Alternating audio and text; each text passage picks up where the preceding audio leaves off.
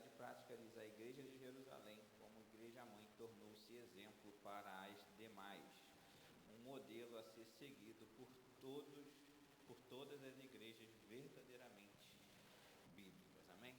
Então é uma igreja que estava ali com o Espírito Santo tendo sido derramado, então vamos dizer que ele estava com a plenitude do Espírito Santo, né? Era a igreja que representava Cristo nessa terra, era como se fosse a única igreja, né, basicamente, de Cristo nessa terra.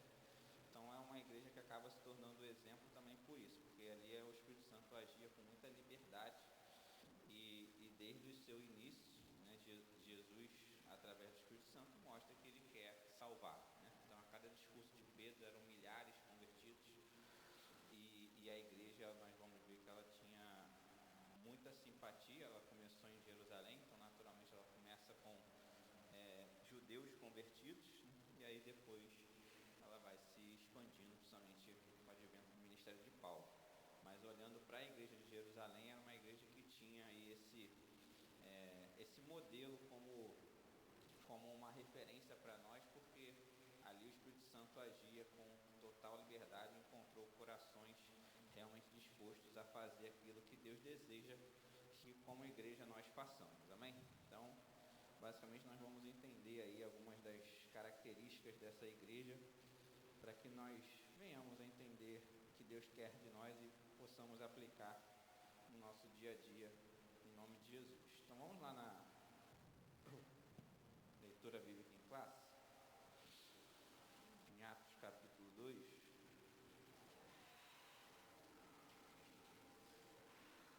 Vamos ler desde o versículo 36, só para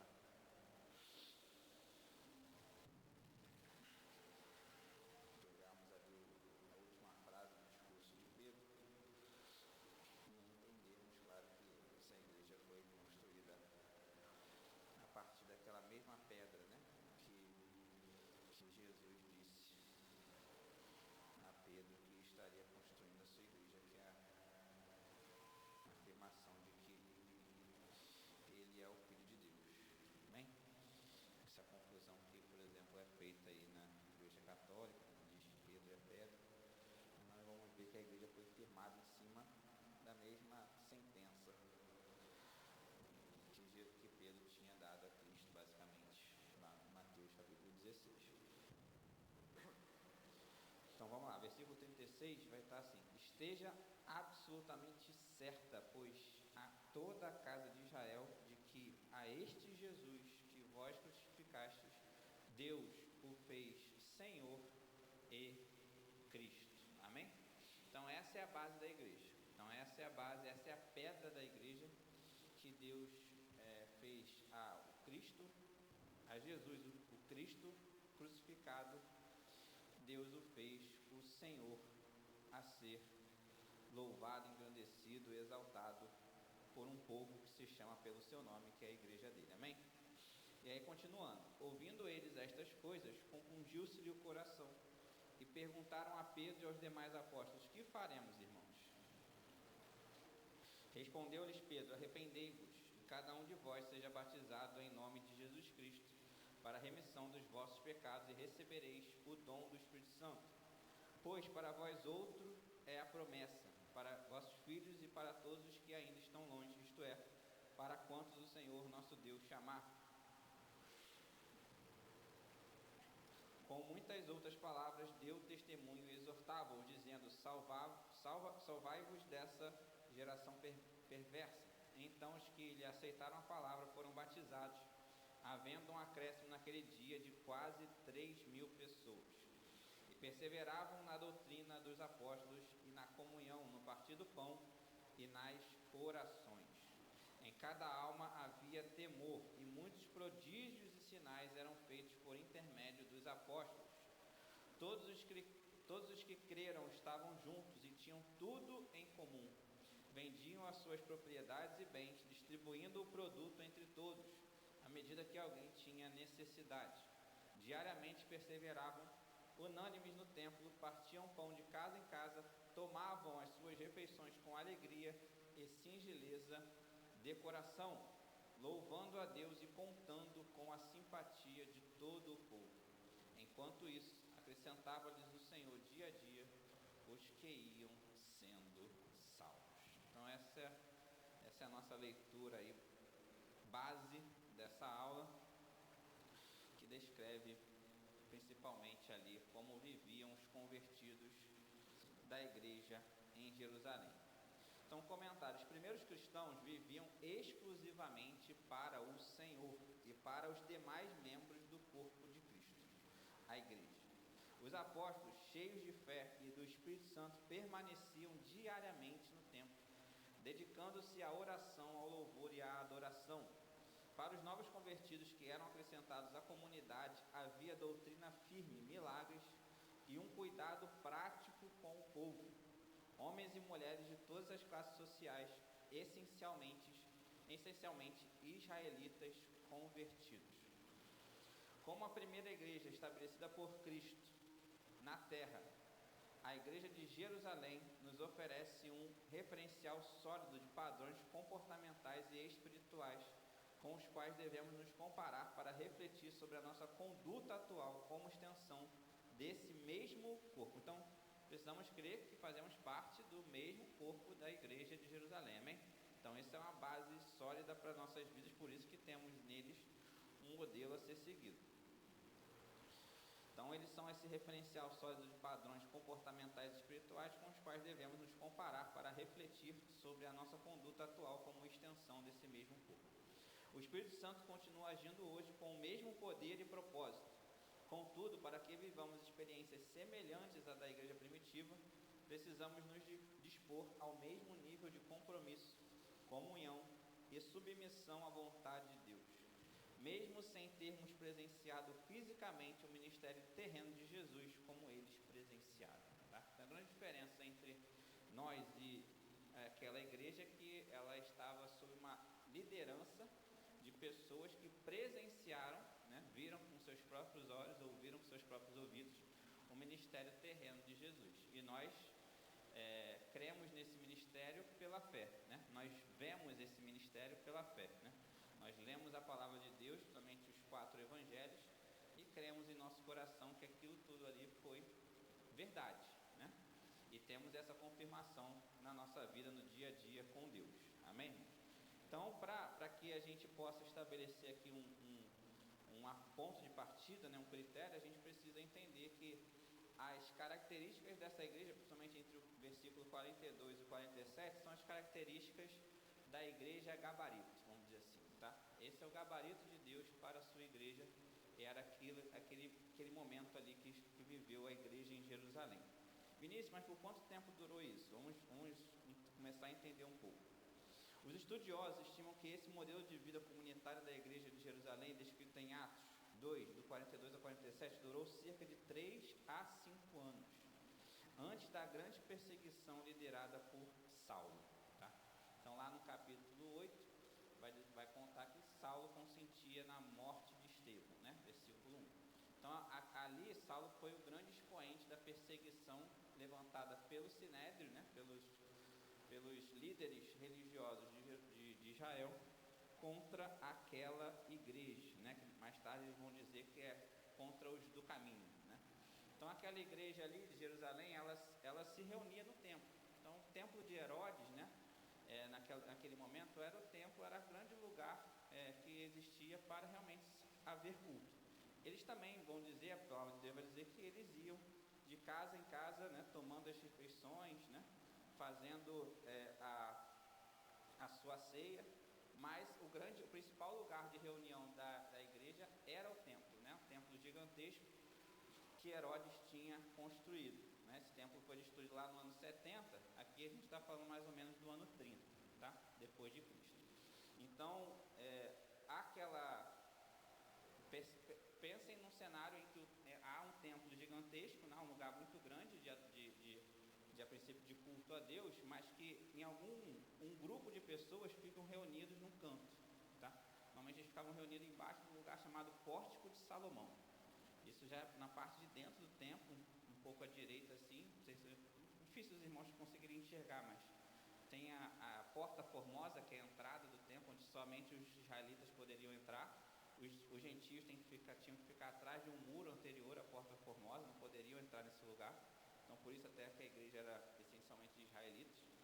E aí dentro do templo, na parte mais interior, tinha um lugar à direita, como se fosse um lugar com colunas assim, né? Que tinha um andar e eles ficavam embaixo desse lugar, chamado Pórtico de Salomão. E eles normalmente se reuniam naquele grupinho. Então, as coisas do templo estavam acontecendo, sacerdotes passando de um lado para o outro, né? Pessoas aí indo adorar a Deus. E existia um grupo que mais à frente se levantou o Sinédrio para dizer que aquilo ali era a seita dos cristãos e a seita daqueles que estavam andando no caminho, né?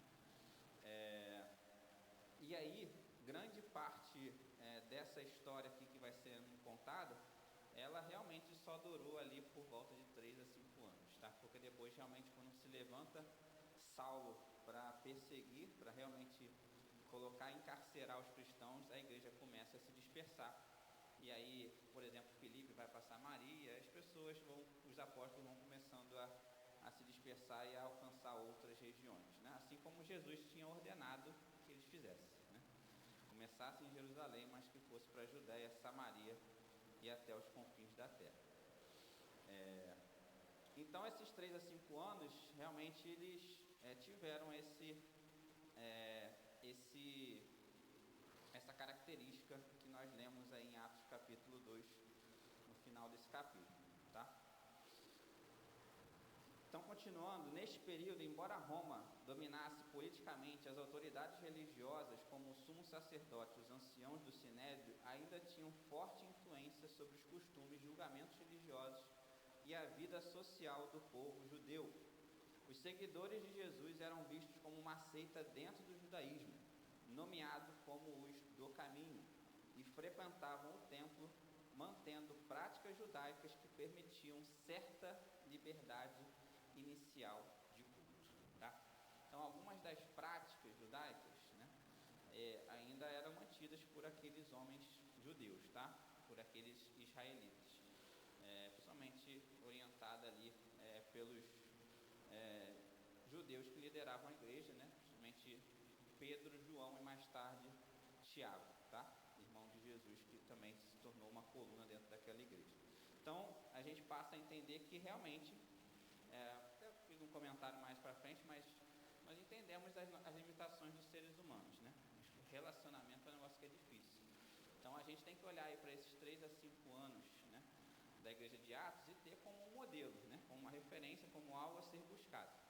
Mas é difícil a gente entender e acreditar que isso vai durar muitos anos, né?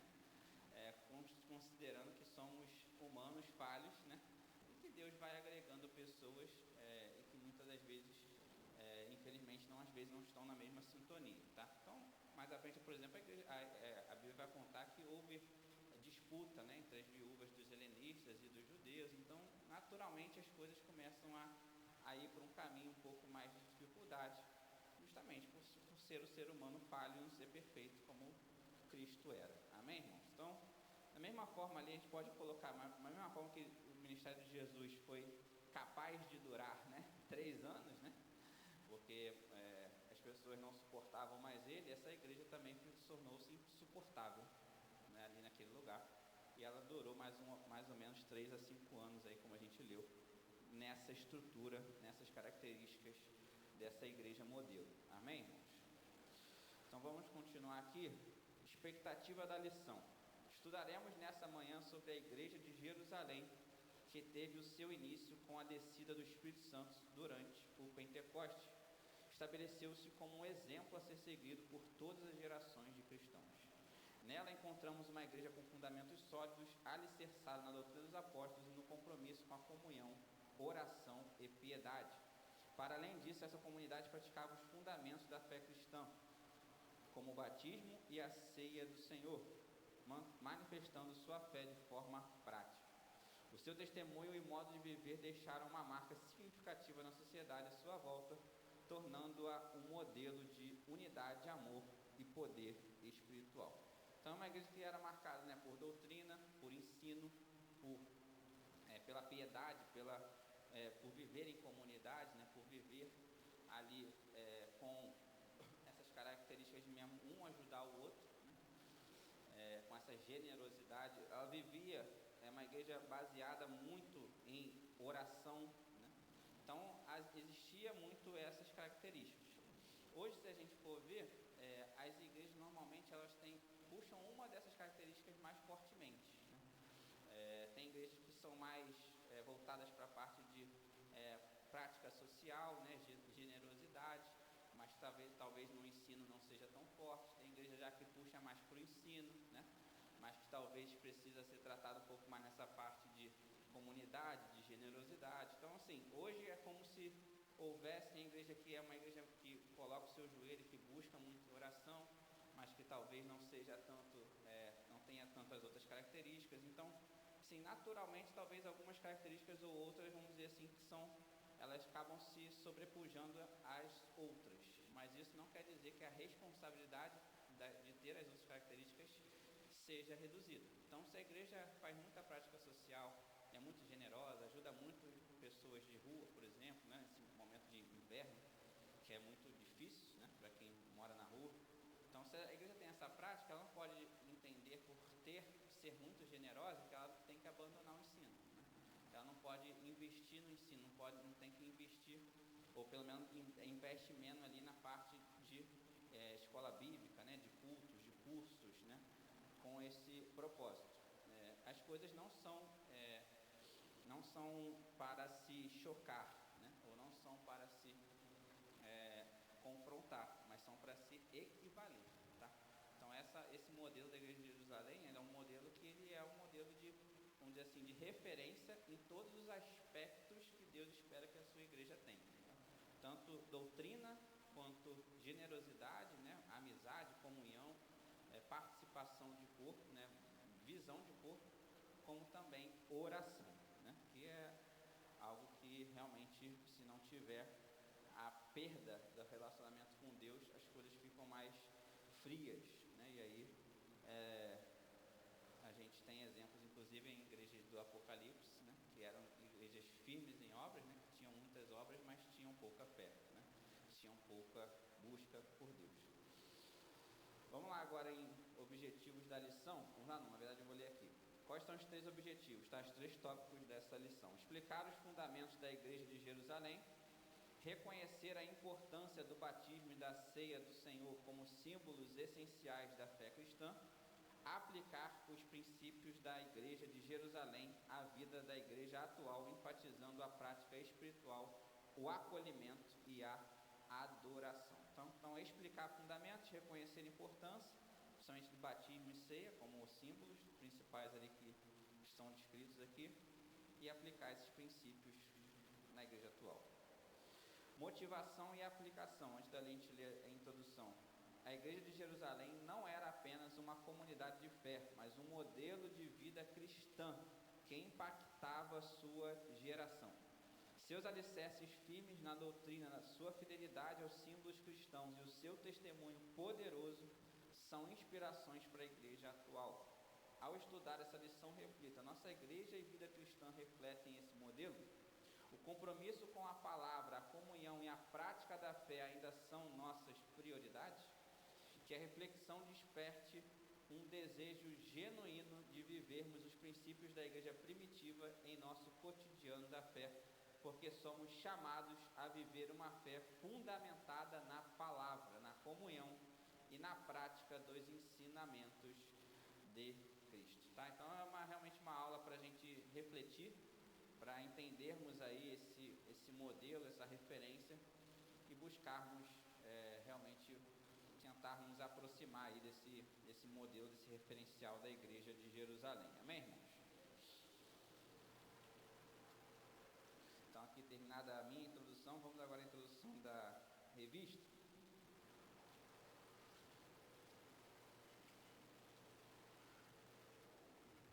Vamos ler aí. Introdução: por ser a igreja mãe, Jerusalém torna-se um modelo para as demais igrejas que foram implantadas. É de Jerusalém que partem as decisões que buscam, por exemplo, disciplinar e padronizar determinadas práticas cristãs. A igreja de Jerusalém já nasce forte, sendo de origem divina, cheia do Espírito Santo, supervisionada pelos apóstolos, essa igreja é bem alicerçada. Isso fica claro no ministério da palavra, a quem os apóstolos se devotaram inteiramente e ao exercício dos diversos dons que abundavam no seu meio. É, portanto, uma igreja da palavra e do Espírito. E mais, é uma igreja onde a observância das ordenanças de Cristo é praticada na esfera do culto cristão. Assim, a igreja cristã primitiva exibe marcas que se tornaram um padrão para todas as igrejas em todas as épocas e lugares, né? Então, é importante notar, né, que o versículo 43 vem depois do 42. Vamos ler de novo. E perseveravam na doutrina dos apóstolos, na comunhão, no partir do pão e nas orações. Em cada alma havia temor. Então aqui descreveu características, amém? Estamos todos juntos. Consequência: e muitos prodígios e sinais eram feitos por intermédio dos apóstolos, amém? Então, os prodígios e os sinais, quer dizer, o derramado do Espírito Santo, ele era como se fosse uma aprovação de Deus às características que a igreja possuía. Então, isso é algo muito forte, né? Porque muitas vezes vemos que os prodígios e sinais existem. E aí a gente questiona, por exemplo, algumas práticas que a gente observa. Só que a questão é que no momento que Deus derrama do seu Espírito, precisava haver a característica sendo evidente e existindo. Mas o que fazemos depois que o dom é dado é nossa responsabilidade, porque o dom, como a gente aprende aqui, ele não é revogado por Deus. Então, por isso que o dom ele não é um sinônimo de aprovação de Deus. Por isso que precisa ter o fruto, né? O pastor Anderson falou muito bem aqui na aula passada sobre isso. O dom é algo que Deus dá, Deus não revoga, mas o que a gente faz com ele a partir do momento que temos o dom, isso é o importante, porque precisamos continuar produzindo o fruto do Espírito Santo, amém? Mas no momento que Deus derramou o Espírito Santo ali de maneira poderosa em dons para aquela igreja, né? A partir do versículo 43, né, sobre os prodígios, então vieram dons de cura, dons de milagre, né? A gente conhece a história lá de Pedro e João entrando pela porta formosa, né, e falando com aquele coxo. Então esses dons eles foram derramados muito porque essa igreja possuía as características descritas no versículo 42. E aí sim, o 43 ele vem e se manifesta com o poder de Deus acompanhando aquelas características que a igreja possuía, amém? Então quando Jesus fala, errais não conhecendo as Escrituras, em primeiro lugar, e o poder de Deus, né? Então sempre o poder de Deus ele tem que vir acompanhado de doutrina, né? Que é o que nos mantém firmes na presença do Senhor, não vacilando nela, amém, irmãos? Precisamos guardar a palavra de Deus em nosso coração para não pecar contra ele, né? A palavra de Deus nos orienta dessa forma. Então a igreja de Jerusalém foi a primeira comunidade cristã da história, formada logo após a descida do Espírito Santo no dia de Pentecostes. Seu surgimento marcou o início da propagação do Evangelho, representou o cumprimento direto das promessas de Cristo registradas em Mateus 16 e Atos 1. Então vamos lá em Mateus 16. Vamos ler de novo só Atos capítulo, ali em Atos, não volto lá para Mateus ainda não, vamos em Atos capítulo 2, versículo 36, foi o começo da aula aqui que a gente comentou. Esteja absolutamente, final do discurso de Pedro, tá? Basicamente a última frase do discurso de Pedro ali. Esteja absolutamente certa, pois, toda a casa de Israel, de que a este Jesus que vós crucificastes, Deus o fez Senhor e Cristo, tá? Então a última frase do discurso de Pedro foi essa, e essa frase é basicamente a frase que encontramos lá em Mateus capítulo 16. Vamos lá em Mateus 16, versículo 13, passagem bastante conhecida, mas vamos ler, que é importante aí para entendermos essa base sólida que a igreja estava fundamentada. Basicamente a confissão da nossa fé, amém? Vamos lá, Mateus 16, 13 diz assim: Indo Jesus para os lados de Cesareia de Filipe, perguntou a seus discípulos: quem diz o povo ser o Filho do Homem? E eles responderam: uns dizem João Batista, outros Elias, outros Jeremias ou algum dos profetas. Então o povo estava crendo em reencarnação, né? Confusão. Mas vós, continuou ele, quem dizeis que eu sou? Respondendo, Simão Pedro disse: Tu és o Cristo, o Filho do Deus vivo. Então Jesus lhe afirmou: Bem-aventurado és, Simão Barjonas, porque não foi carne e sangue que te revelaram, mas meu Pai que está nos céus. Também eu te digo que tu és Pedro, pedaço de pedra, tá? Petros, e sobre esta pedra edificarei. Pedra é a afirmação de que Cristo, né, é o Filho de Deus vivo, que é a mesma afirmação lá que Pedro diz nessa última frase. Edificarei a minha igreja e as portas do inferno não prevalecerão contra ela. Dar-te-ei as chaves do reino dos céus, e o que ligares na terra terá sido ligado nos céus, e o que desligares na terra terá sido desligado nos céus. Amém? Então essa igreja, ela inaugurou essa profecia de Cristo sobre a sua igreja. Vamos agora para o tópico 1.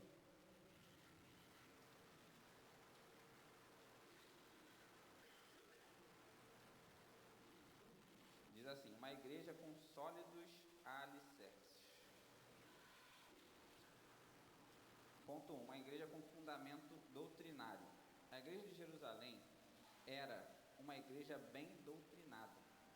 Lucas diz que, antes de ascender aos céus, Cristo deu mandamentos pelo Espírito Santo aos apóstolos que escolhera. Uma igreja genuinamente cristã reflete a prática e os ensinos dos apóstolos. É exatamente isso que o livro de Atos diz da primeira igreja: e perseveravam na doutrina dos apóstolos. Uma igreja só pode ser considerada genuinamente cristã quando ela consegue ensinar e doutrinar seus membros de tal forma que eles passem a refletir o caráter de Cristo. Vamos ler o próximo ponto também. Perseveravam na doutrina dos apóstolos. A expressão diz muito sobre o processo de discipulado da igreja de Jerusalém.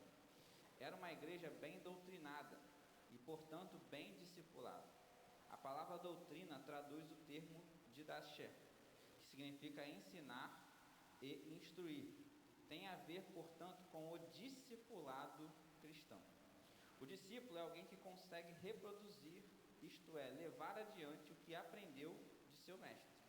Os apóstolos aprenderam de Cristo.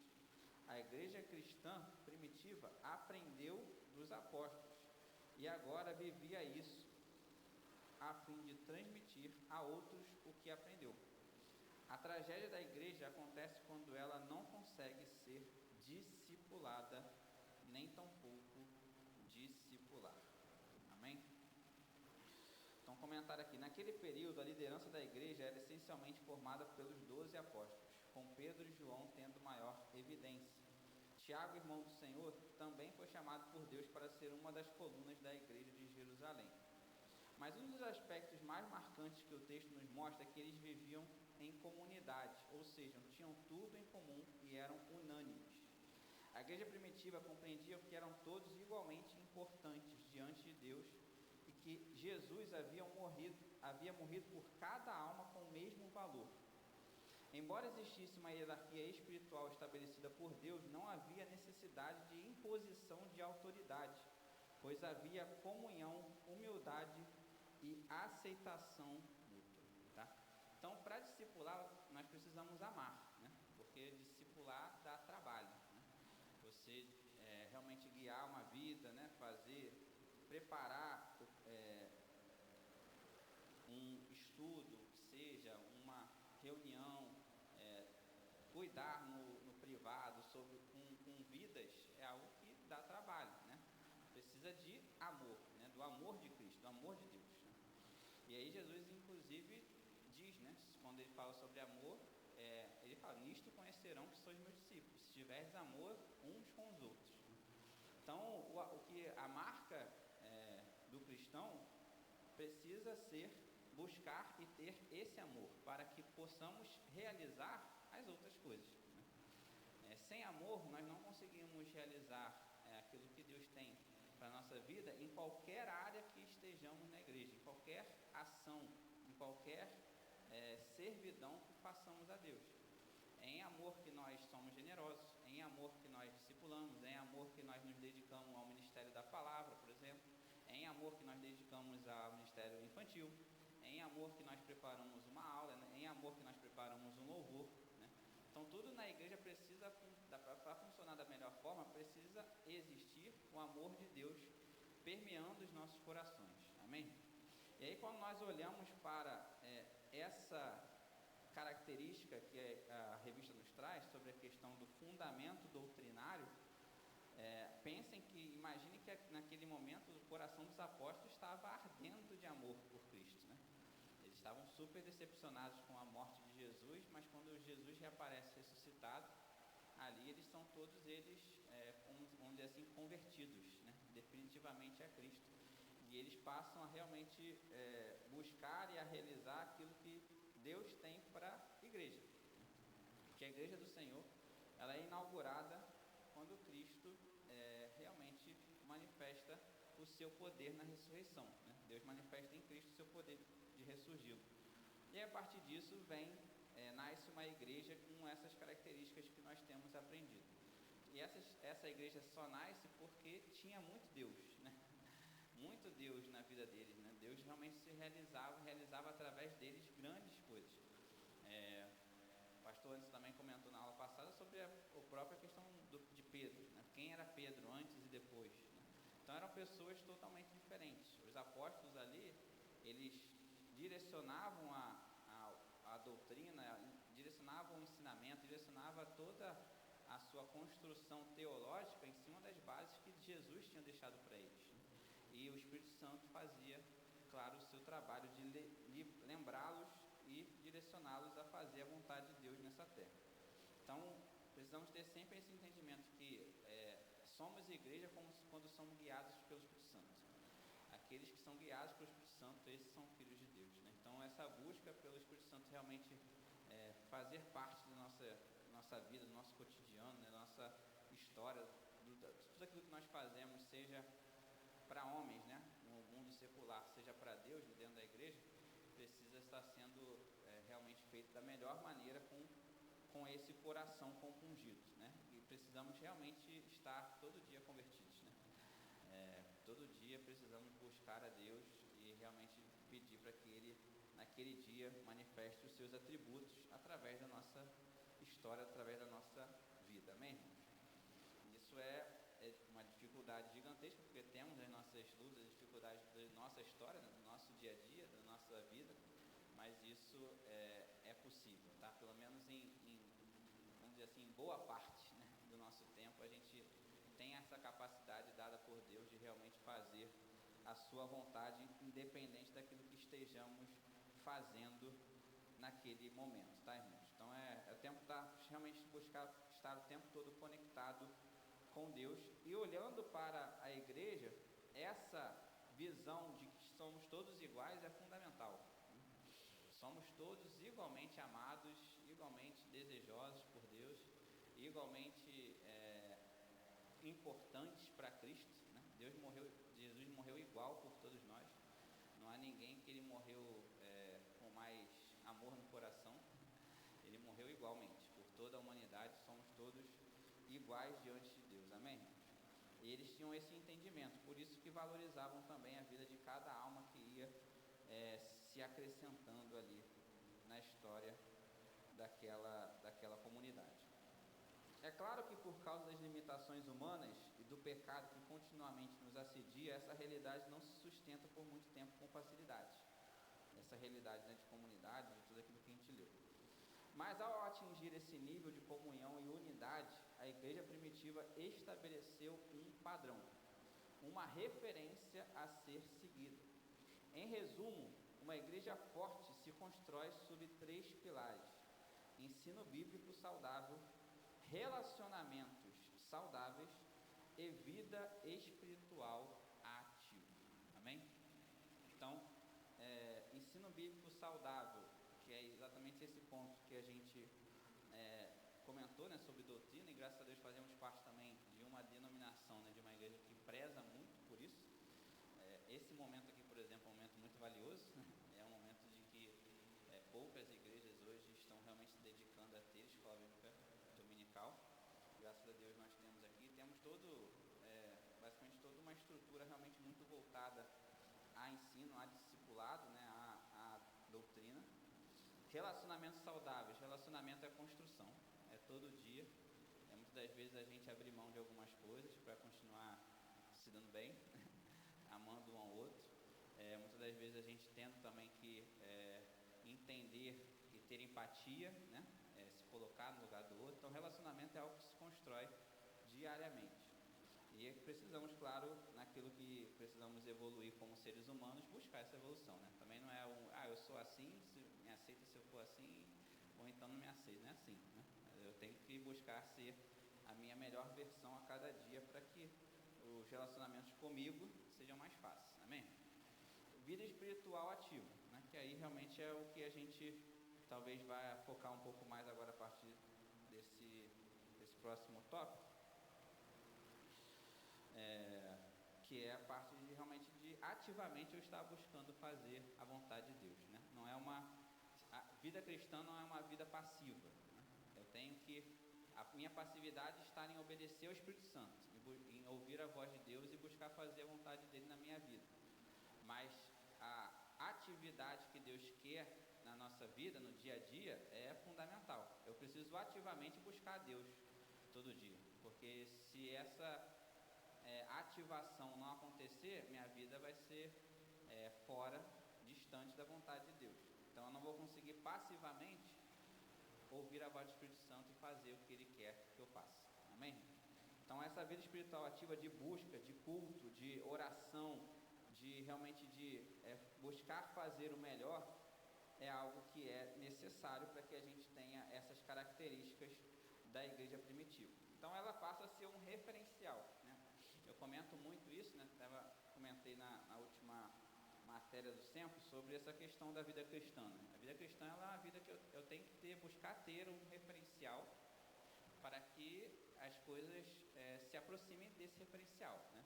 Se eu tiver um referencial no nível baixo, dificilmente eu vou conseguir atingir o alto nível, né? Então eu coloco um referencial altíssimo para que eu busque atingir algo próximo daquilo. Então, por exemplo, João vai falar na sua carta que a gente deve andar assim como Jesus andou. Eu estou andando como Jesus andou? Não, né? Nenhum de nós está andando como Jesus andou, mas é o referencial, né?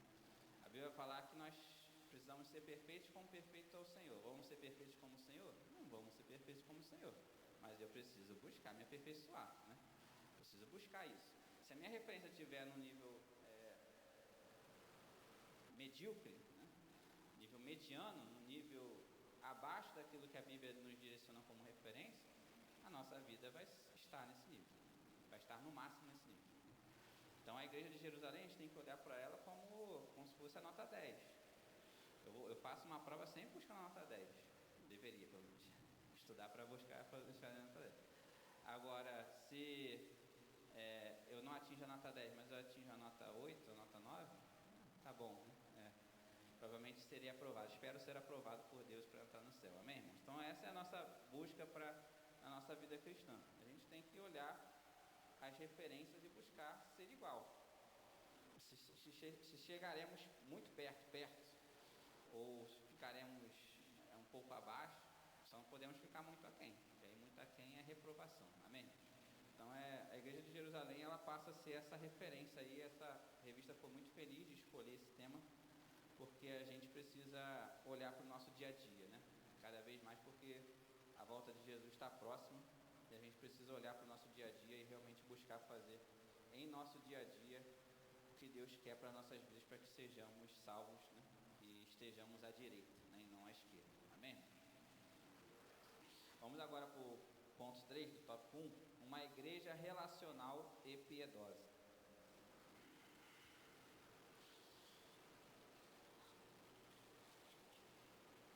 A igreja de Jerusalém perseverava na comunhão. A maioria dos intérpretes grega, que a palavra grega koinonia, traduzida aqui como comunhão, é uma referência às relações interpessoais dos primitivos cristãos. A primeira igreja era, portanto, uma igreja relacional. Assim, perseverar na comunhão tem o sentido de se dedicar à construção de bons relacionamentos, né? Comentamos sobre isso. Tem a ver com o modo de vida dos crentes. Sem o cultivo de relações interpessoais fortes, a igreja cai em um mero ativismo. Há muita atividade, mas sem o calor humano que caracteriza a verdadeira vida cristã. A mesma igreja que perseverava na doutrina dos apóstolos, na comunhão, era a mesma igreja que vivia em oração. A igreja de Jerusalém orava. Assim, Pedro e João foram ao templo na hora nona de oração. Os apóstolos estabeleceram como prática dedicar-se à oração, e a igreja reunida na casa de Maria, mãe de Marcos, se dedicava à oração. Amém? Então, o ponto aqui vai trazer duas questões principais, né, sobre a questão das relações interpessoais, de realmente se dedicar a elas, e a oração, que não deixa de ser, principalmente quando nós oramos uns pelos outros, também uma dedicação interpessoal ali ativa, de buscarmos para a vida do nosso irmão o melhor, né? Orarmos por ele em amor e buscando que Deus faça na vida dele, né? Pelo menos pedindo a Deus para que Deus faça na vida dele aquilo que Deus tem de planos e sonhos para cada um de nós. Vamos lá em Salmos capítulo 133, Salmos também muito conhecido. Vou ler dois textos aí sobre essa parte da vida cristã, né, dos relacionamentos. É algo que precisa realmente marcar a nossa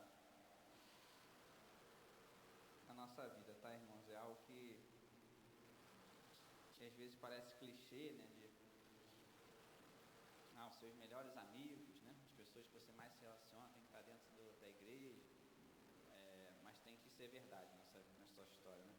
Claro que a gente não pode se fechar aqui, se enclausurar e ignorar o mundo, porque Deus ama aqueles que estão lá e a gente precisa buscar, resgatar, fazer realmente a obra de Deus, mas precisa ser com propósito, né? Eu não posso me relacionar com pessoas que não têm a mesma fé, de uma maneira a não ter um propósito de realmente mostrar ali um testemunho cristão, de realmente evangelizar, de pregar a palavra, de pelo menos tentar realmente mostrar para aquela pessoa que há uma alternativa para a vida dela, né? Uma alternativa, na verdade, deveria ser a única, né?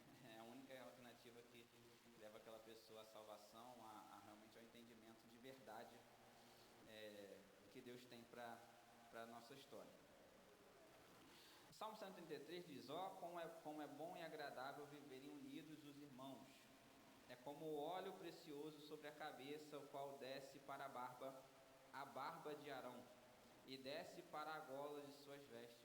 É como o orvalho do Hermon, que desce sobre os montes de Sião.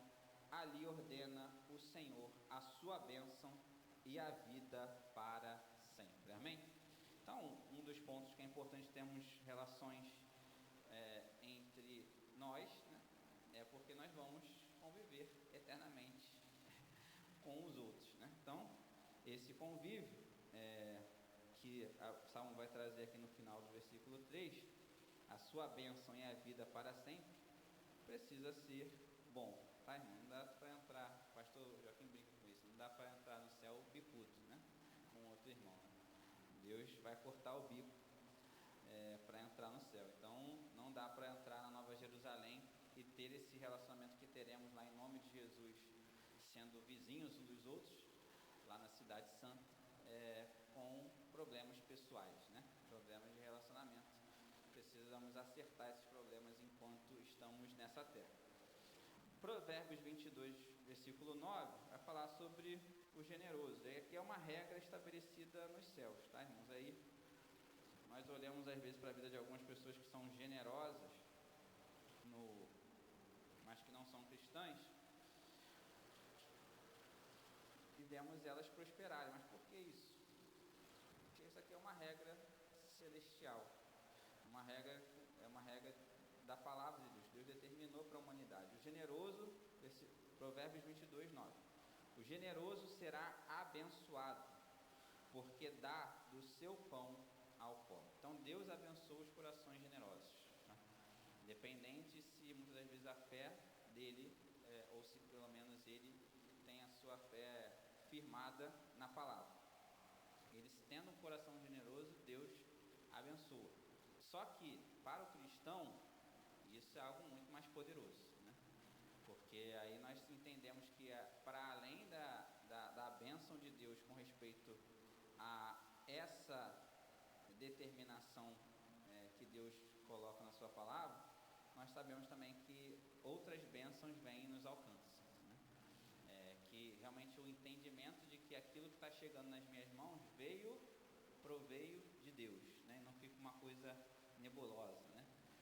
Nós começamos a ter certeza que Deus nos presenteou porque nós estamos manifestando aquilo que é a vontade dele na nossa caminhada, amém, irmãos? Então, a igreja de Jerusalém, ela tinha fundamentos sólidos naquilo que nós vemos como prática judaica, e aí a gente, quando olha para o povo de Israel, a gente começa a entender muita coisa. Eu estava comentando um pouco nessa semana sobre isso, tipo assim, o povo de Israel, ele é um povo que ele é muito abençoado, né? Tanto o judeu, né, quanto todos os israelitas que vivem aquele país, todos aqueles que visitam, né, que falam, só realmente trazem ali maravilhas de como as coisas funcionam, né, em Israel. E por que isso, né? Porque basicamente eles aplicam as coisas práticas de Deus, né?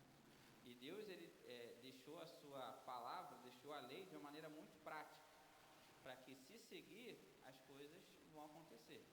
Então o povo de Israel, o judeu, ele é muito generoso, né? Ele é alguém que tem ali realmente princípios muito sólidos guiados naquilo que é a lei de Moisés, né? Aquilo que é toda a história do Antigo Testamento. Então mesmo que eles não aceitem Cristo ainda como Messias, pelo menos a maioria absoluta deles, não tenham aceitado e não aceitem até hoje Jesus como o Cristo, eles têm naturalmente em Deus muitas bênçãos sendo derramadas. Por quê? Porque eles vivem as regras de Deus, né? Pelo menos regras essenciais ali do dia a dia. Então são um povo riquíssimo, né? Um povo que tem ali uma inteligência, é o povo que em proporção ninguém ganhou mais Nobel do que os israelitas. Então é Nobel de economia, de ciência, olhando em proporção de tamanho de população, é disparado em primeiro lugar. É um povo que olha para o dinheiro, entende que o dinheiro é servo dele, né? Não se torna servo do dinheiro. Então são ensinos bíblicos, ensinos práticos de Deus para o dia a dia, que fazem com que aquele povo seja abençoado. Por quê? Porque são regras que Deus estabeleceu para a humanidade. Então precisamos entender que se a gente, mesmo que a gente tenha a fé em Cristo, manifeste essa fé e diga que nós temos, se a gente não fazer na prática aquilo que Deus manda, naturalmente a nossa vida vai estar aquém daquilo que Deus estabeleceu como princípios para a humanidade, né? Então muitas pessoas seguem, muitas vezes até sem saber, os mandamentos de Deus e têm bênçãos escolhidas na sua vida, né? A Bíblia vai dizer que toda boa dádiva e todo dom perfeito vem de Deus. Então tudo aquilo que é bom vem de Deus, amém, irmão? E às vezes a bondade ela vem por conta de obediência prática àquilo que Deus quer para a vida humana, tá? Isso quer dizer que a pessoa vai ser salva? Não, porque a salvação não é mediante aquilo que nós fazemos em obras, né? Mediante aquilo que Deus fez por nós, enviando o seu Filho Jesus. Então precisamos aceitar a Cristo para que sejamos salvos, precisamos estar eternamente, para que possamos estar eternamente com Deus. Mas na nossa vida, na nossa caminhada do dia a dia, muitas regras bíblicas, se aplicadas, mesmo por não crentes, elas vão ter retorno, tá? Porque é o que está estabelecido na palavra de Deus para a humanidade, amém? Então é muito interessante entender isso no nosso dia a dia, para que a gente também não fique, às vezes, viajando em algumas maioneses, né? Tipo assim, por que aquela pessoa é assim, eu não sou, ou por que Deus dá para o fulano Claro que, em alguns casos, o próprio inimigo, ele tendo o controle desse sistema, ele vai agir com o sistema através do sistema para entregar alguns presentes, né?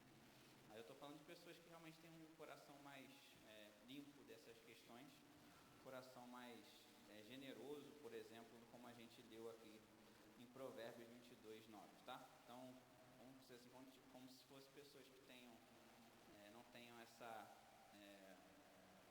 não tenham essa maldade de entender que é o próprio inimigo realmente que está presenteando ela, né? Porque muita gente sabe que entrega a sua vida ao inimigo para que ele presenteie com aquilo que esse mundo pode dar, né? Que aí realmente é uma situação um pouco mais difícil.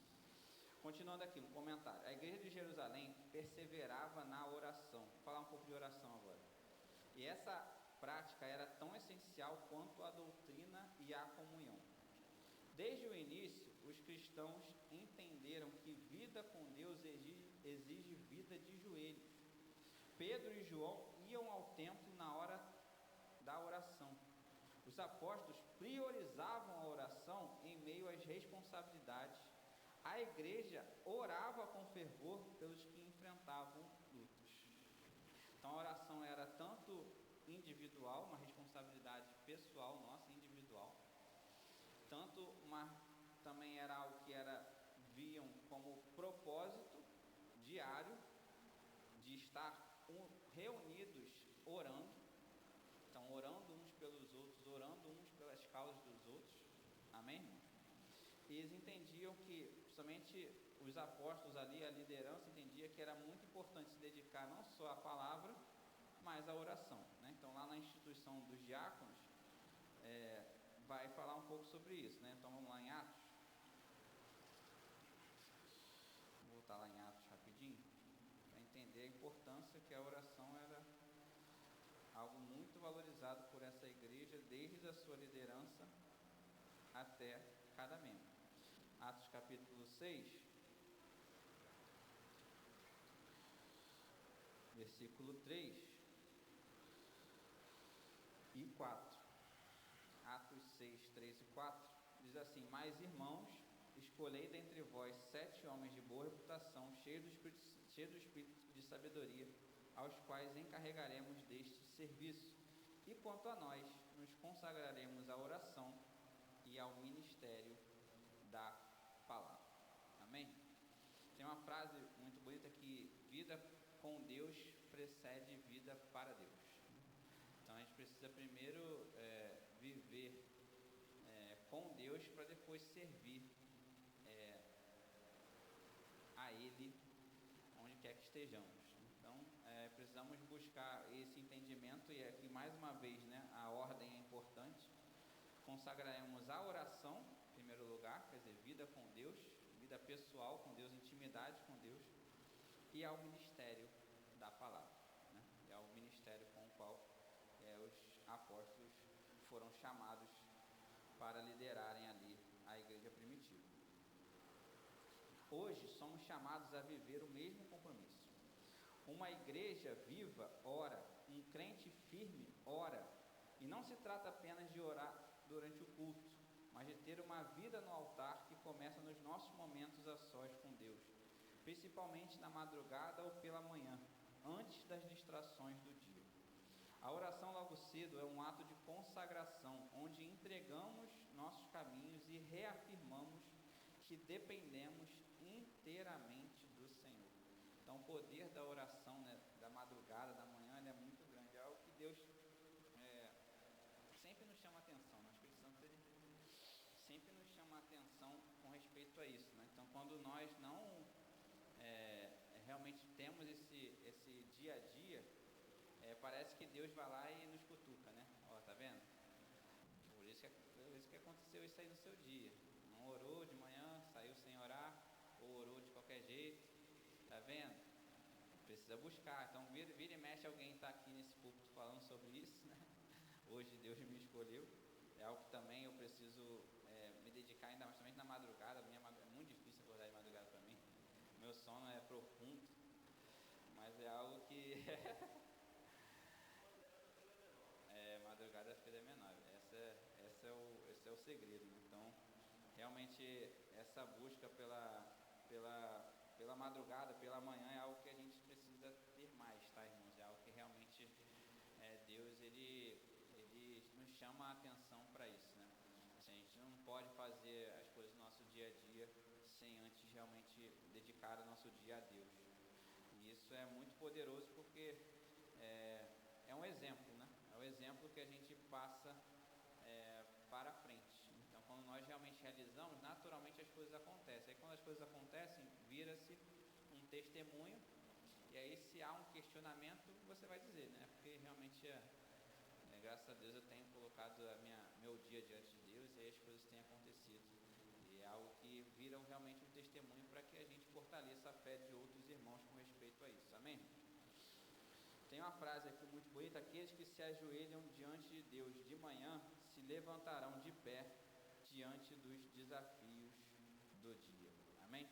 Então precisamos nos ajoelhar diante de Deus de manhã para que os desafios dos dias sejam enfrentados de pé. Amém? Vamos agora para o tópico 2.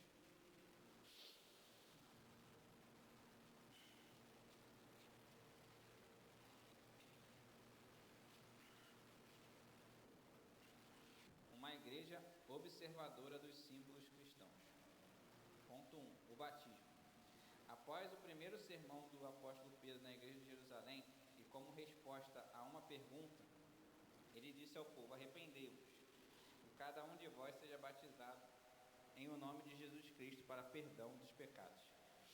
Naquela época, a primeira igreja batizava quem se convertia. Ela sabia que o batismo era uma das ordenanças de Jesus e que ele era um dos principais símbolos da fé cristã. O batismo era um dos primeiros passos da fé cristã, um rito de entrada para a nossa nova vida em Cristo. Mas para ser batizada, a pessoa precisava ter se arrependido dos seus pecados e crido em Jesus. Era preciso ter consciência do sentido desse símbolo de fé. Assim, o batismo era um testemunho público de que a pessoa havia se convertido. Por meio dele, os cristãos de Jerusalém mostravam ao mundo que a sua vida agora era diferente, que eles tinham uma nova vida em Cristo. Amém? Então, o batismo ali, imagine, né, como eram esses movimentos de batismo, né? Eram coisas muito grandes. Então, para cada um desses discursos de Pedro, onde milhares se converteram, a maioria absoluta foi batizada, né? Podemos compreender assim, ou todos foram. Então, imagine milhares de pessoas descendo, né, em batismo. Imagine esse movimento chamando a atenção naquele lugar. Então, era algo que era um símbolo muito importante para aquela igreja e para todos aqueles que enxergavam naquela igreja ali uma novidade, né? Algo novo dentro daquele contexto, tá? Então, outro ponto que também chama a atenção no próprio texto que a gente leu lá de Atos 2 é a parte da ceia, que é o ponto 2 aqui. Vamos ler. A ceia do Senhor.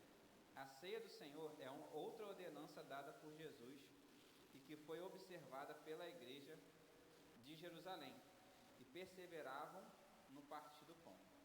A maioria dos estudiosos concorda que esse texto é uma referência à prática da ceia do Senhor entre os primeiros cristãos.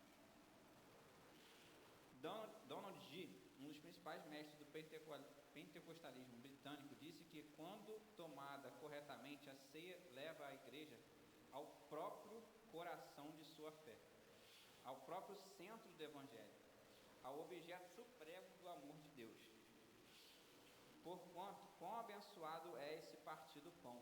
Parece provável que os primeiros cristãos, combinando essa ordenança simples com a festa do amor de sua refeição comum, lembravam assim a morte do Senhor todos os dias, tá? Então, era uma prática que eles tinham quase que diariamente ceiar, lembrando a morte, a ressurreição e a promessa de que Jesus voltará, tá? Muito baseado naquilo que foi o discurso de Cristo na última ceia. Então, comentário aqui: os símbolos cristãos bem compreendidos deixam de ser tradições religiosas para se tornarem expressões vivas da fé na obra redentora de Cristo. A igreja de Jerusalém demonstra como a obediência às ordenanças de Jesus, como o batismo e a ceia do Senhor, era natural e essencial na vida cristã. Esses atos, embora simbólicos, comunicam verdades espirituais profundas e refletem a identidade e o compromisso do crente com o corpo de Cristo. No caso do batismo, Atos 2,38 evidencia que ele era precedido pelo arrependimento e pela fé. A sequência, arrependei-vos e cada um de vós seja batizado, mostra que o batismo é um testemunho público da fé interior, não uma formalidade ou uma imposição religiosa. Na carta aos Romanos, Paulo explica a teologia do batismo como união de Cristo com a sua morte e ressurreição. Portanto, o batismo é uma identificação espiritual com a obra salvífica de Cristo, morrer para o pecado e viver para Deus. Vamos lá em Romanos capítulo 6.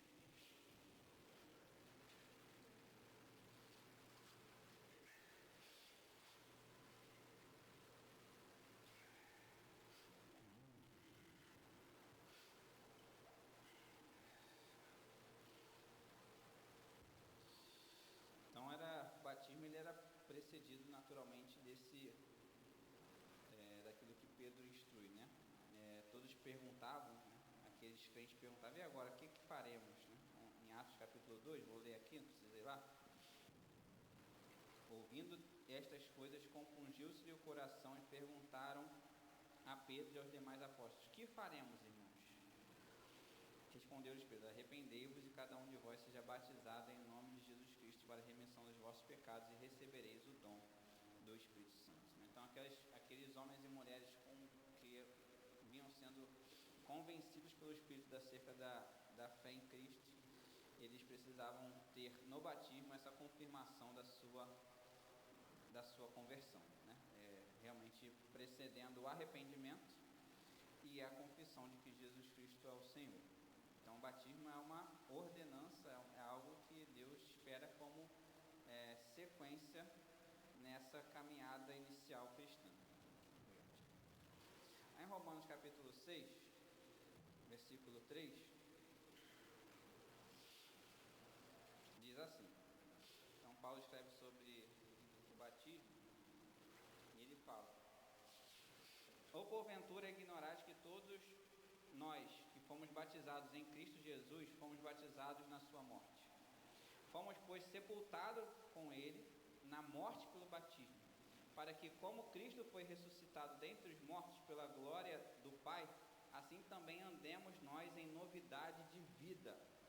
Porque se fomos unidos com ele na semelhança da sua morte, certamente o seremos também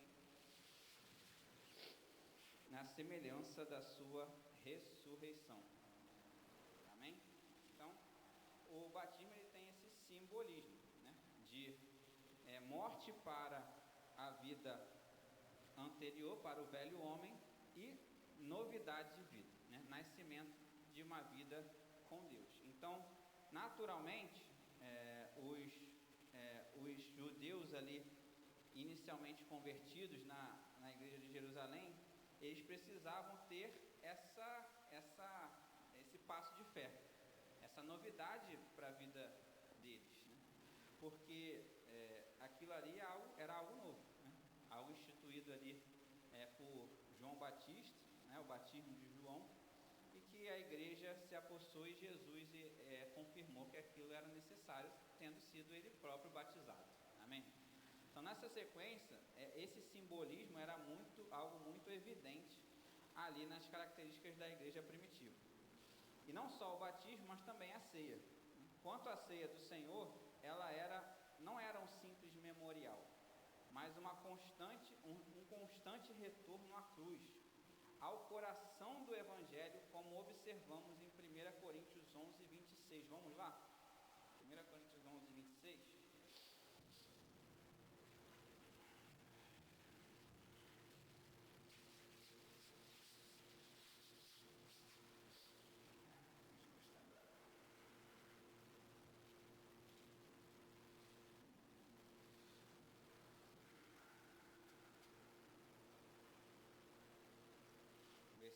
que lemos aí ao cearmos no domingo. Porque todas as vezes que comerdes este pão e beberdes o cálice, anunciai a morte do Senhor até que ele venha.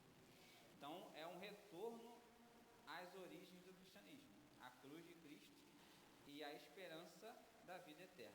Amém? Então a igreja de Jerusalém tinha esse entendimento da importância de não só fazer da ceia um simples memorial, mas esse constante retorno ao princípio da fé cristã, ao coração do Evangelho de Cristo, que é a cruz que nos libertou, nos salvou, né, nos dignificou diante de Deus. Amém? Esse versículo que lemos de 1 Coríntios 11:26 mostra que a ceia é simultaneamente recordação, comunhão e esperança. Ela relembra o sacrifício de Cristo, promove unidade entre os crentes e mantém viva a expectativa da sua volta. Na igreja primitiva, a ceia era incorporada às refeições diárias como um ato contínuo de adoração e comunhão, lembrando que Cristo está no centro da vida comunitária da igreja, tá? Então era um momento de comunhão ali, o repartir do pão que eles tinham ao redor ali das mesas, né? Eles iam de casa em casa, faziam dessa lembrança, né? Algo que era simbólico na reunião dos cristãos. Hoje não praticamos dessa forma, né? Praticamos ali, temos um momento, né, mensal para isso, mas olhando para a igreja primitiva, era algo que ardia no coração deles, estar sempre em comunhão ali, naquele momento de expansão da igreja, sempre relembrando aquele evento da ceia e trazendo à memória aquilo que traz esperança, né? Então a esperança da vinda de Jesus, da volta de Cristo, é algo que tem que arder em nossos corações diariamente, porque isso é uma base importante da fé cristã, né? Se Cristo não ressuscitou, ou se não cremos que Cristo voltará, a nossa fé é vã. Então é algo que precisa arder em nosso coração, precisamos sempre rememorar esse momento, porque é algo que é fundamental para que a gente mantenha essa fé genuína, a fé do primeiro amor, né? Que realmente ama a Deus por ter nos amado primeiro. Amém? Agora vamos ao último tópico da lição, tópico 3.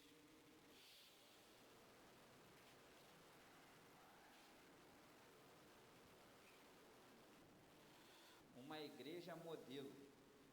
Ponto 1. Uma igreja reverente e cheia de dons.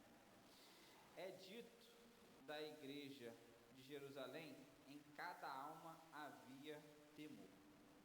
A palavra grega traduzida como temor é phobos, ou phobos, que também significa reverência, respeito pelo sagrado. Havia um forte sentimento da presença de Deus. Havia um clima da presença do sagrado, do que é santo, o mesmo sentido que teve Moisés quando o Senhor o mandou tirar os sapatos dos pés, porque o lugar é terra santa. Precisamos aprender com a primeira igreja. Não podemos perder o respeito pelo sagrado. Lucas destaca que muitas maravilhas e sinais se faziam pelos apóstolos. Sinais, teras, e maravilhas, semion, são as mesmas palavras usadas pelo apóstolo Paulo para se referir aos dons do Espírito Santo que se manifestavam em suas ações missionárias. Os dons espirituais ornamentavam a igreja cristã primitiva. Vamos lá em Romanos capítulo 15. Então, temor e dons, né? É algo que aí esse ponto nos traz como algo que também existia na igreja primitiva.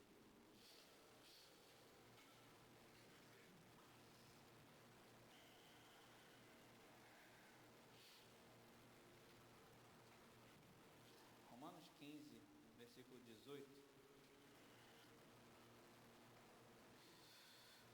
diz assim: porque não ousarei discorrer sobre coisa alguma, senão sobre aquelas que Cristo fez por meu intermédio, para conduzir os gentios à obediência, por palavra e por obras, por força de sinais e prodígios, pelo poder do Espírito Santo, de maneira que desde Jerusalém e circunvizinhanças até o Ilírico tenho divulgado o Evangelho de Cristo. Amém? Então, o temor e os dons precisam andar lado a lado, né? O temor é o dia a dia, né? O dia a dia, principalmente com respeito à obra de Deus, com respeito aos momentos de comunhão, de unidade da igreja. O temor que a gente está diante daquele que é todo poderoso, né? Daquele que é o santo, daquele que é o Deus de toda a terra. E os dons são coisas que se seguiam a partir daquilo que até nós falamos sobre as características da igreja, os dons e sinais, né? Os sinais e prodígios que aconteciam principalmente por intermédio dos apóstolos, são esses mesmos sinais e prodígios que Deus levou aos gentios através da vida do apóstolo Paulo. Amém?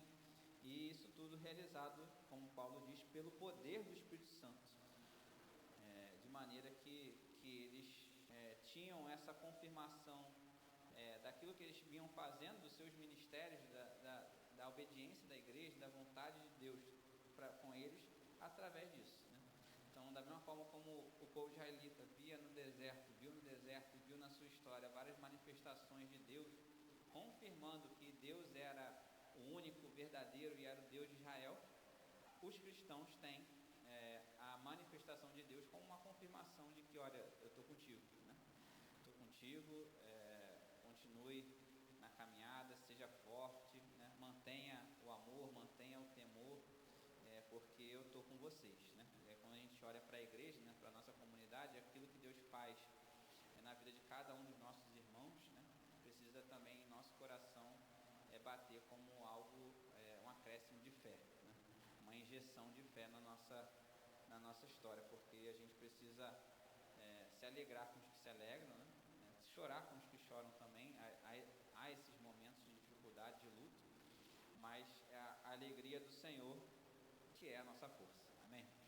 Então Deus, Ele tem realizado, a gente tem visto coisas grandes em nossa história e vai ainda fazer muito mais, em nome de Jesus, né? Deus tem coisas grandes ainda para realizar na nossa vida antes de Jesus voltar, em nome de Jesus. Os dons espirituais são maravilhosos presentes de Deus para a edificação da igreja, mas eles devem sempre vir acompanhados de temor e reverência ao Senhor. Infelizmente, em muitos momentos e até em nossas próprias experiências, vemos que o dom até permanece, mas o temor não é mais o mesmo. E isso é muito sério. Paulo, ao escrever à igreja de Corinto, não apenas colocou os dons que ali operavam, mas corrigiu e exortou com firmeza sobre a falta de temor, de ordem, de comunhão e de santidade. Porque não basta ser usado por Deus, precisamos continuar buscando a Deus. Ser cheio do Espírito é mais do que ter dons, é ter comunhão, obediência e uma vida que exale o bom perfume de Cristo. O dom não é sinal de aprovação final, o dom é ferramenta, mas o fruto que é evidência de permanência. Jesus mesmo disse que a árvore que não der bom fruto será cortada e lançada no fogo. Então, os sinais e prodígios não substituem o caráter cristão. Eles não podem ocupar o lugar da santificação. Precisamos todos os dias pedir ao Senhor que nos ajude a manter um coração puro, uma vida de oração e uma fé sincera na sua obra. Amém? Então, são mais duas características que não podem ser de maneira nenhuma excludentes. Então, dom e temor a Deus e o caráter cristão precisam estar caminhando juntos, para que tenhamos a aprovação, né? Lá em 1 Coríntios capítulo 9.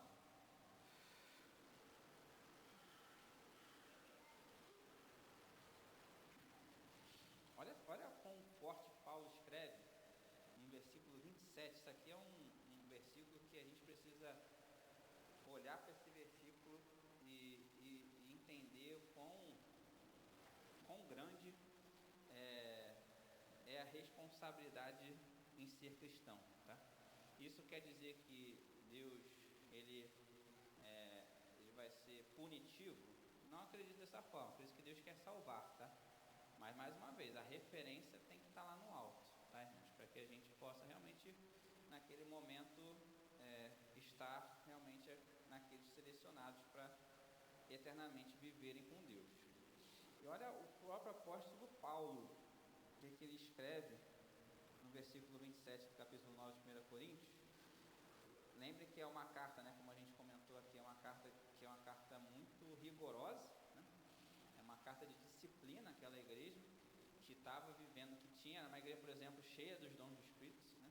Que Deus havia derramado poderosamente ali no tempo que Paulo permaneceu ali na primeira vez em Coríntios, por cerca de 1 ano e meio. Ele inaugurou aquela igreja, disciplinou, e aí quando ele vai escrever essa carta, com certeza com o coração dele chorando, porque as notícias eram muito difíceis.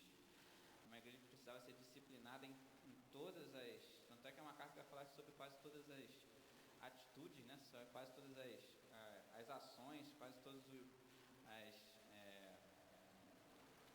os eventos que uma igreja pode ter. Então, desde um batismo, ceia, vai falar de dons espirituais, vai falar sobre organização de culto. Então, tudo aquilo que uma igreja, como corpo, pode estar acontecendo aqui, né, no nosso dia a dia, tudo que acontece, vamos dizer assim, entre quatro paredes da igreja, a igreja precisou ser disciplinada, né? Mas ela tinha muitos dons, muita manifestação de dom, era uma igreja muito generosa também, mas precisava ser disciplinada com respeito a esse temor, né? E aí Paulo ele fala sobre si mesmo, e olha o que ele fala: mas esmurro o meu corpo e o reduzo à escravidão, para que, tendo pregado a outros, não venha eu mesmo a ser desqualificado. Então o apóstolo Paulo, um homem que é uma referência gigantesca do cristianismo, ele se coloca na humildade de escrever isso, porque realmente, irmãos, nenhum de nós, a gente sabe que nenhum de nós não somos perfeitos, né? Temos os nossos erros, as nossas dificuldades que precisamos combater diariamente. Temos a nossa história, cada um tem uma história, cada um veio de uma criação, né? Teve um pai, uma mãe diferente. Pelo menos eu e o Igor não, mas o resto todo mundo teve.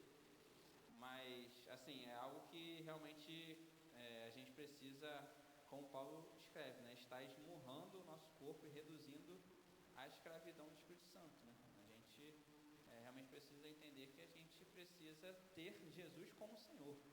Essa palavra Senhor é senhorio mesmo, né? Servo, né? Escravo, né? Então é algo que isso naturalmente aí merece até uma pregação, né?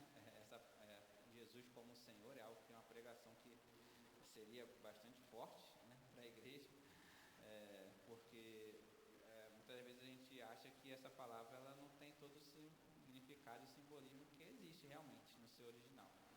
E o próprio Paulo se coloca nessa humildade. Então é algo que a gente realmente precisa, esse temor de Deus precisa estar em nossos corações diariamente, tá? Para que a gente possa ser melhor, né? Sermos melhor hoje do que fomos ontem, amanhã do que somos hoje, e assim não dá para frente. Amém, irmãos? Então, últimos pontos aí, para encerrarmos. Últimos 2 pontos da igreja modelo. Uma igreja acolhedora. Na revistinha, dentre as muitas marcas de uma igreja relevante, o acolhimento aparece como uma das suas principais. Uma igreja, para se tornar relevante, necessariamente deve ser acolhedora. A igreja de Jerusalém é um modelo de igreja acolhedora. Além de estarem juntos, o texto bíblico diz que naquela igreja todos que criam estavam juntos e tinham tudo em comum. Não é fácil queremos acolher. Nossa tendência é nos fechar em nosso mundo e deixar de fora quem achamos ser inconveniente. Numa igreja acolhedora, os membros se sentem acolhidos e parte do grupo. Amém? Vamos ler também o último tópico. Uma igreja adoradora. A igreja de Jerusalém era também uma igreja adoradora, louvando a Deus. Louvando traduz o verbo grego aineo. É o mesmo termo usado para se referir aos anjos e pastores que louvavam a Deus por ocasião do nascimento de Jesus. É usado também para descrever o paralítico que louvava a Deus depois que foi curado junto à porta formosa do templo. É, portanto, uma expressão de júbilo e de gratidão. Louvar é muito mais que simplesmente cantar. É uma expressão de rendição e total entrega. É o reconhecimento da grandeza de Deus e de seus poderosos feitos. Amém? Então, o acolhimento, né, e a adoração são essas últimas duas marcas aí que a revista traz para nossa aula. O acolhimento é algo que é fundamental, né, porque principalmente quando nós entendemos o crescimento que Deus quer dar à igreja, a gente precisa entender que as pessoas precisam ser cuidadas, amadas, acolhidas, né, porque as dificuldades que vêm são grandes, né, e um dia nós fomos esses novos convertidos, né? Essas novas pessoas, esses novos membros. Então, esse acolhimento, esse sentimento de pertencimento é algo que precisa existir e a gente precisa estar sempre com essa disciplina de buscarmos acolher os novos irmãos, né? Realmente, não é só a responsabilidade da recepção da igreja, né? Receber ali, anotar o nome, né? Abraçar, cumprimentar, não. Dia a dia, a gente precisa mostrar aí realmente que os novos irmãos, as novas pessoas são tão importantes quanto aquelas que já estavam, tá, irmão? Então, o último comentário aqui. A igreja de Jerusalém é um modelo inspirador para todos nós. Ela era firme na doutrina, ativa na comunhão, constante na oração, fiel aos fundamentos da fé e, como lemos, profundamente acolhedora e adoradora. Ser acolhedor é abrir o coração, não apenas as portas, e ver no outro irmão em Cristo que precisa ser cuidado, amado e incentivado. Ser adorador é viver em gratidão e rendição constante, reconhecendo a soberania de Deus em todas as coisas e o louvor da sua glória através das nossas vidas. Amém? Então, ser adorador, ser acolhedor, são essas últimas duas características aí da igreja de Jerusalém, preparada para essa aula. Vamos lá agora ler Hebreus, capítulo 13, um texto que vai trazer esses dois pontos aí. Nós vamos pular um versículo ou outro, mas vamos lendo juntos. Hebreus 13, primeiro é o versículo 1 mesmo.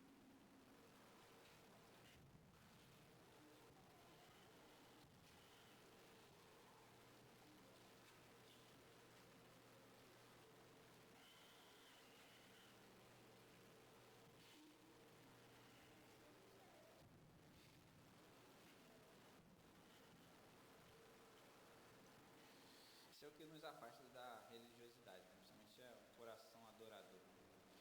Ter esse entendimento do quão Deus é real, né?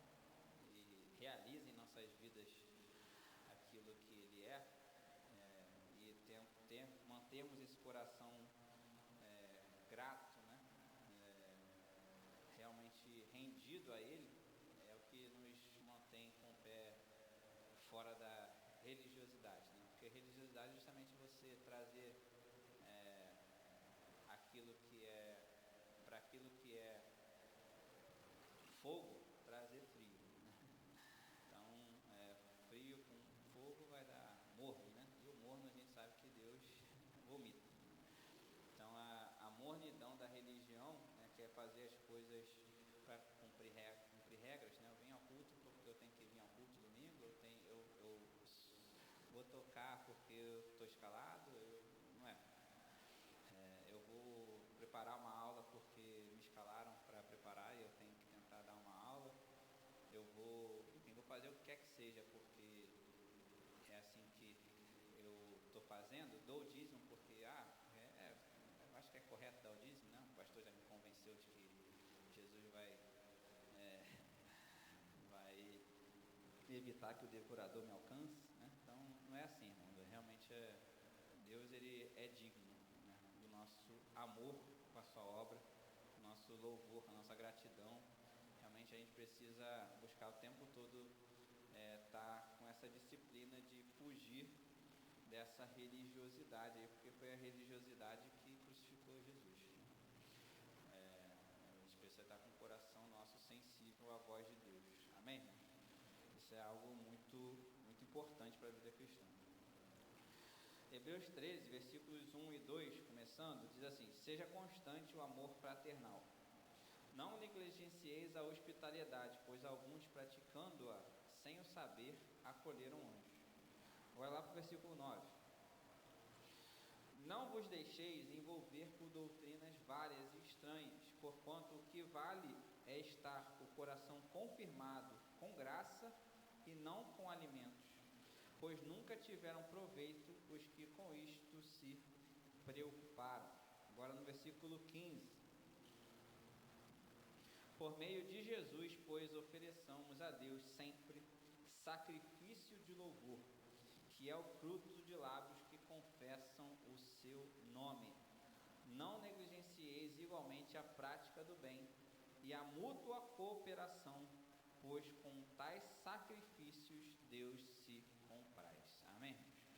Então a gente é sacrifício mesmo, irmão. Assim, não é fácil se desprender de olharmos, termos um olhar que se preocupa primeiramente, quase exclusivamente com os dos nossos, né? Com a da nossa vida, nossa casa. É algo que é realmente um sacrifício que a gente tem que fazer para que a gente tenha realmente uma vida cristã aprovada, tá? Então esse sacrifício ele fica menos difícil, né, quando o Espírito Santo ele age e tem liberdade em nosso meio, amém? Que tenhamos aí essa busca constante de buscarmos realmente que Deus se manifeste em nós e através de nós em espírito e em verdade, amém? Vamos ler a conclusão para encerrar. Vimos nesta lição algumas características que marcaram a primeira igreja. Frequentemente nos referimos a ela como a igreja primitiva. Vemos como sendo uma igreja ideal, modelo para todas as outras. De fato, ela é a igreja mãe. Isso, contudo, não significa dizer que a igreja de Jerusalém não tivesse problemas. Pelo contrário, veremos em outras lições que haviam alguns bem desafiadores. Nada, contudo, que tire o brilho e nos impeça de nos espelharmos